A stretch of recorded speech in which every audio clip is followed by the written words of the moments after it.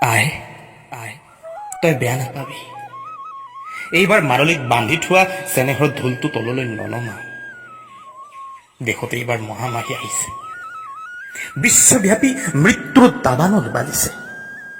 তই বেয়া নাপাবি আই। গৰুৰ বিহুৰ গধূলি চাগে হুঁচৰি জোৰাও নহব এইবাৰ। ডাক্তৰে মানা কৰিছে ডুম বান্ধিবলৈ, মানা কৰিছে হাতে হাত ধৰিবলৈ। আই, ৰাজহুৱা পুখুৰীত নৰাই ভতাই হতৰ লগত চাগে গৰু গা ধুৱাও নহব এইবাৰ। ঘৰৰ চোতালত দমকলৰ পানীৰে পাতিব লাগিব গৰু বিহু। তই ভুল নুবুজিবি আই। অসমীয়াৰ বুকুত ৰঙালীৰ উৎসাহ কোনো বোলে কম নহয়।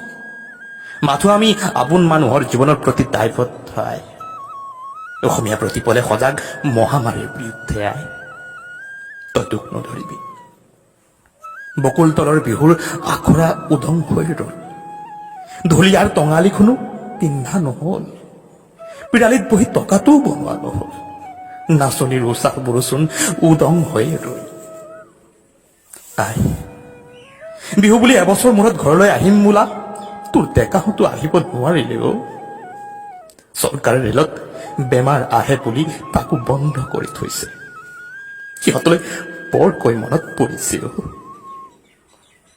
আই, কুলিৰ মাত শুনি মিচিকি উঠা চকুবোৰ এইবাৰ সেমেকি উঠিছে। কোপাত কপৌ ফুল গুজি নাচনীহঁতৰ গামখাৰু পিন্ধাও নহব চাগে এইবাৰ। পিছে বেয়া নাপাবি তই, সখীৰ ঘৰলৈ গৈ বিহুৰ দিনা আশীৰ্বাদ লোৱাও নহব।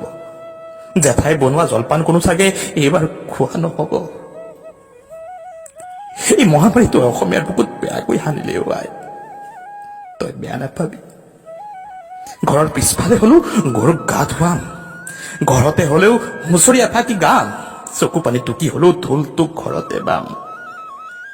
পৰিস্থিতি ভাল হলে বহাগতে বকুল তললৈও যাম। কাতৰি কৈছো আই, তই বেয়া নাপাবি। তই বেয়া নাপাবি আই।